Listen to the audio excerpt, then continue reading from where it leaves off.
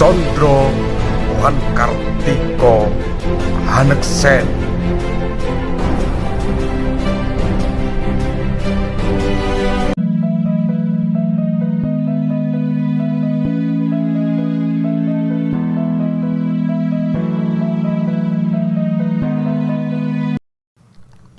Assalamualaikum warahmatullahi wabarakatuh. Salam budaya, salam rahayu, salam waras. Sedulurku sekalian, selamat bertemu kembali dengan saya di channel Tenggarnesia ini. Ini kemarin kita telah membacakan dari buku Babat Pandan Aran bahwasanya Adjar Prawiro Sakti beradu kesaktian dengan Ki Ageng Pandan Aran. Yang kemarin juga pernah bermain petak umpet, namun ketika bersembunyi Ki Adjar Prawiro Sakti bisa ditemukan oleh Ki Ageng Pandan Aran di balik sebuah batu.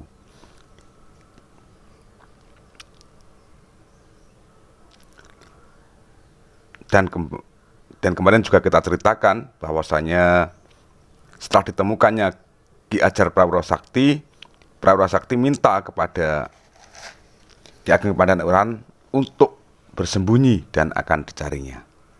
Namun saudaraku sekalian, bagaimana kisah selanjutnya? Mari disimak. Tapi sebelumnya saya mohon dukungan panjenengan pada channel Tenggarnesia ini dengan memberikan subscribe, like, dan juga komentar.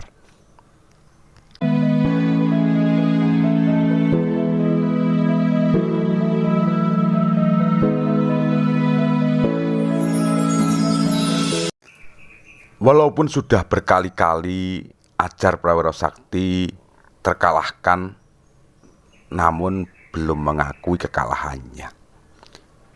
Bahkan masih menantang lagi dan berkata, "Sekarang kamu yang bersembunyi, biar aku yang mencari." Begitulah ujar Adjar Prawiro Sakti. Ki Ageng Pandan Aran menjawab, "Ya, aku akan turuti apa yang menjadi kemauanmu."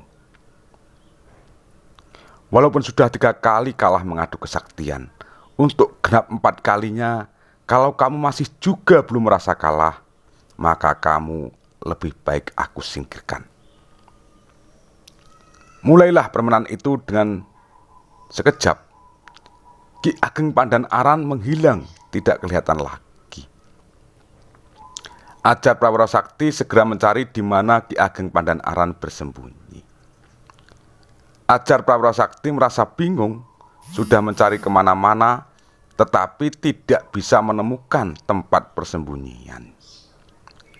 Karena merasa sudah lelah, akhirnya Adjar Prawiro Sakti berkata, "Ki Ageng, saya mengaku kalah karena tidak dapat menemukan tempat persembunyianmu. Saya kalah dan akan menuruti perintahmu." Adjar Prawiro Sakti sudah merasa kalah. Kemudian Ki Ageng Pandan Aran keluar dari persembunyian dan berkata, "Kamu itu tidak sesuai dengan kesombonganmu. Saya bersembunyi dekat denganmu saja kamu tidak tahu. Loh, kamu sembunyi di mana?" tanya Adjar Prawiro Sakti. "Saya sembunyi di antara kedua alismu." Setelah berkata seperti itu, untuk memastikan kesanggupan apa yang dikatakan Adjar Prawiro Sakti. Namun Adjar Prawiro Sakti mengingkari perkataannya dan sambil berkata lagi, "Saya tidak akan pernah sudi mengikuti ajaranmu. Saya akan tetap merebut Endang atau gadis yang dicari-cari atau dikejar-kejar." Mendengar ucapan Adjar Prawiro Sakti seperti itu, dengan nada jengkel Ki Ageng Pandan Aran berkata, "Oh, kalau begitu maka aku juga akan menepati janjiku. Bersiaplah sekarang, kamu akan aku singkirkan."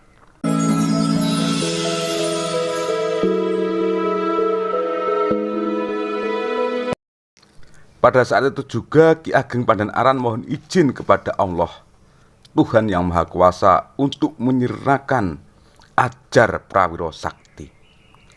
Bersamaan dengan itu terdengarlah suara yang bunyinya, "Hai Ki Ageng, saya akan membalas. Jika dari Gunung Batur Agung ini terdengar suara gemuruh, itu pertanda pengikut-pengikutmu akan aku serang bersama hewan ternak piaraannya." Bersamaan dengan suara gemuruh, ajar Prawiro Sakti sudah sirna dan hilang. Sedulurku yang berbahagia, perkataan ajar Prawiro Sakti tersebut ternyata menjadi kenyataan. Bencana itu menimpa masyarakat di wilayah barat dan barat daya Gunung Jabal Akad. Awalnya terdengar suara gemuruh disertai angin, hujan, dan banjir. Di daerah itu banyak orang yang sakit dan hewan ternak pun banyak yang mati. Menyikapi bencana itu, para orang tua berpesan agar jangan tidur waktu sore hari. Perbanyaklah berdoa kepada Tuhan untuk minta keselamatan. Setelah ajar Prawiro Sakti sudah sirna, maka semua ajar yang ada di Gunung Jabal Akad tunduk dan mematuhi ajaran Ki Ageng Pandanaran. Di antara para ajar itu adalah ajar Minakbowo, ajar Malangganti, dan ajar Bandar Alim. Selain para ajar, masih banyak lagi para ajar yang mengikuti ajaran Ki Ageng Pandanaran yang tidak tersebutkan. Namun, di daerah luar Jabal Akad yang letaknya di timur laut, ternyata ada seorang ajar yang bernama Ki Ageng Majasto. Ki Ageng Majasto setiap hari kerja menggarap sawah. Beliau sedang beristirahat setelah selesai membenahi pematang sawah. Pada saat itu tiba-tiba Ki Ageng Majasto melihat ada orang yang berjalan di atas pematang yang masih basah. Tentu saja dengan wajah marah kemudian Ki Ageng Majasto mendekati orang itu sambil membawa tombak dan akan melukainya. Beliau memang terkenal sangat kejam. Ketika akan menusukkan tombaknya dengan tenang dan sabar, Ki Ageng berkata, "Jangan tergesa-gesa membuat orang mati. Apa salah saya sehingga kau akan menombak?" Sambil marah, Ki Ageng Majasto berkata, "Kenapa kamu masih bertanya salahmu? Apa kau tidak merasa sudah menginjak-injak pematang yang baru selesai dibenahi dan masih basah?"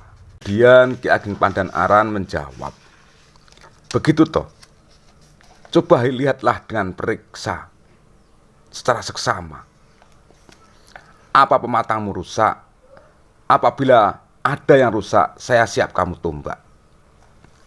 Ki Ageng Majasto segera memeriksa pematang yang baru saja dilewati Ki Ageng Pandanaran. Alangkah terkejutnya setelah melihat, ternyata pematang masih utuh, tidak ada yang rusak, bahkan bekas telapak kaki pun tidak ada. Melihat hal itu, Ki Ageng Majasto merasa takut, kemudian minta maaf kepada Ki Ageng Pandanaran. Dia berpikir bahwa Ki Ageng Pandanaran adalah orang yang sangat sakti. Setelah itu, Ki Ageng Majasto mohon untuk menjadi murid dan akan mengikuti apa yang diperintah Ki Ageng Pandanaran.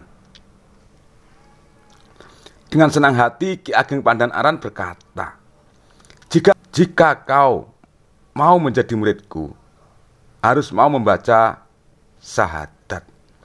Setelah mengislamkan Ki Ageng Majasto beserta pengikutnya, kemudian Ki Ageng Pandanaran kembali ke Gunung Jabal Akad.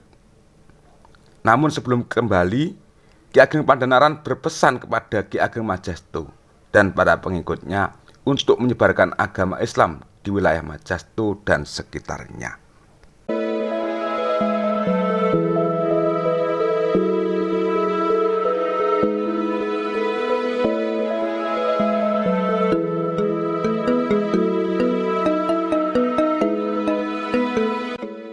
Sedulurku sekalian, demikian dulu apa yang bisa saya sampaikan.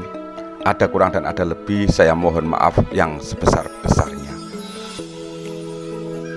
Dan bila panjenengan